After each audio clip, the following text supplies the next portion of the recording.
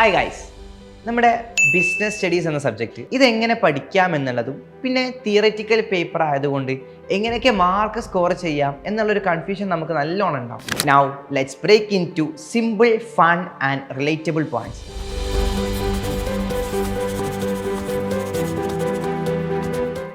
Point number 1, ആദ്യം നിങ്ങൾ concept oriented ആയിട്ട് പഠിച്ചു വെക്കുക.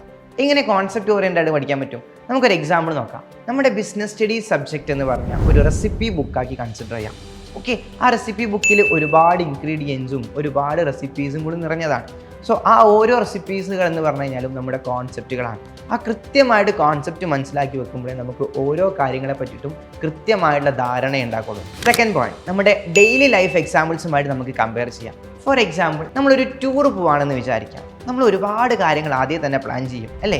ഡെസ്റ്റിനേഷൻ പ്ലാൻ ചെയ്യും, ബജറ്റ് പ്ലാൻ ചെയ്യും, അങ്ങനെ ഒരുപാട് കാര്യങ്ങൾ പ്ലാൻ ചെയ്യും. അങ്ങനെ ഓരോ കാര്യങ്ങളും നമ്മൾ ഡെയിലി ലൈഫ് എക്സാമ്പിൾസിലൂടെ കടന്നു ചെല്ലാം. അപ്പം പഠിക്കുന്നതിൽ കൂടുതൽ മനോഹാരിത ഉണ്ടാവും. തേർഡ് പോയിന്റ്, നമ്മൾ എപ്പോഴും പഠിക്കുമ്പം ഒരു കീവേഡ്സും കോഡുകളും യൂസ് ചെയ്യാം. നമുക്ക് പഠിക്കാനുള്ളൊരു കാര്യമാണ് ഹെൻറി ഫയോളുടെ 14 പ്രിൻസിപ്പിൾ. ഈ 14 കാര്യങ്ങൾ നമ്മൾ ഒറ്റയടിക്ക് പഠിക്കുമ്പോൾ ചിലപ്പോൾ നമുക്ക് ബുദ്ധിമുട്ടുകൾ വരും. പക്ഷെ നമ്മൾ സിമ്പിളാക്കി ഓർത്ത് വെക്കാൻ വേണ്ടിയിട്ട് ഈ 14 പ്രിൻസിപ്പിൾസിലെ ആദ്യത്തെ ലെറ്റേഴ്സ് വെച്ചിട്ട് നമ്മളൊരു കോഡ് ക്രിയേറ്റ് ചെയ്യും. ഇങ്ങനെ പഠിച്ചു കഴിഞ്ഞാൽ നമുക്ക് വളരെ എളുപ്പമായിരിക്കും. സോ ഇതുപോലുള്ള ട്രിക്സുകൾ യൂസ് ചെയ്യാം. ബിസിനസ് സ്റ്റഡീസ് വളരെ സിമ്പിളാക്കി എടുക്കാം. For more informative videos do follow Lakshya school plus.